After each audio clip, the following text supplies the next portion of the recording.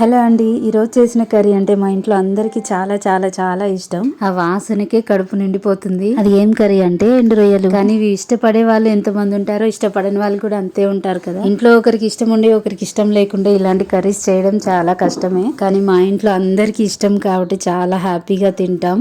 Normal chicken mutton కంటే కూడా ఎండు రొయ్యలు ఒట్టి చేపలు అంటే ఇష్టం. ఒట్టి తునకలు అయితే ఇంకా చాలా బాగుంటుంది. మీరు ఎప్పుడైనా తిన్నారా ఒట్టి తునకల కర్రీ? మీకు ఇలాంటి కూరలు ఇష్టమా కాదా కామెంట్ చేయండి. ఇంకా ప్రాసెస్ అయితే చాలా సింపుల్. టమాటా కర్రీ లాగా చేసుకొని అందులో ఎండు రొయ్యలని వేసుకోవడమే. ఫస్ట్ ఎండు రొయ్యలని కొద్దిసేపు ప్యాన్ లో వేసుకొని లైట్ గా ఫ్రై చేసుకొని పక్కకు పెట్టుకోవాలి.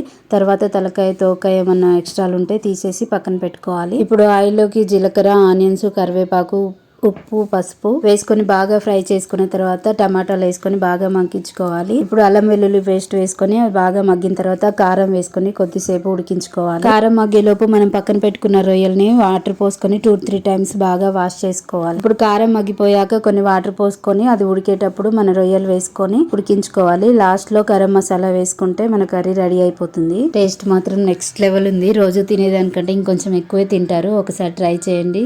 వీడియో నచ్చితే ప్లీజ్ లైక్ చేసి సబ్స్క్రైబ్ చేసుకోవచ్చు కదా. ఇలాంటి కర్రీస్ మీకు ఇష్టమో లేదో కామెంట్ చేయండి.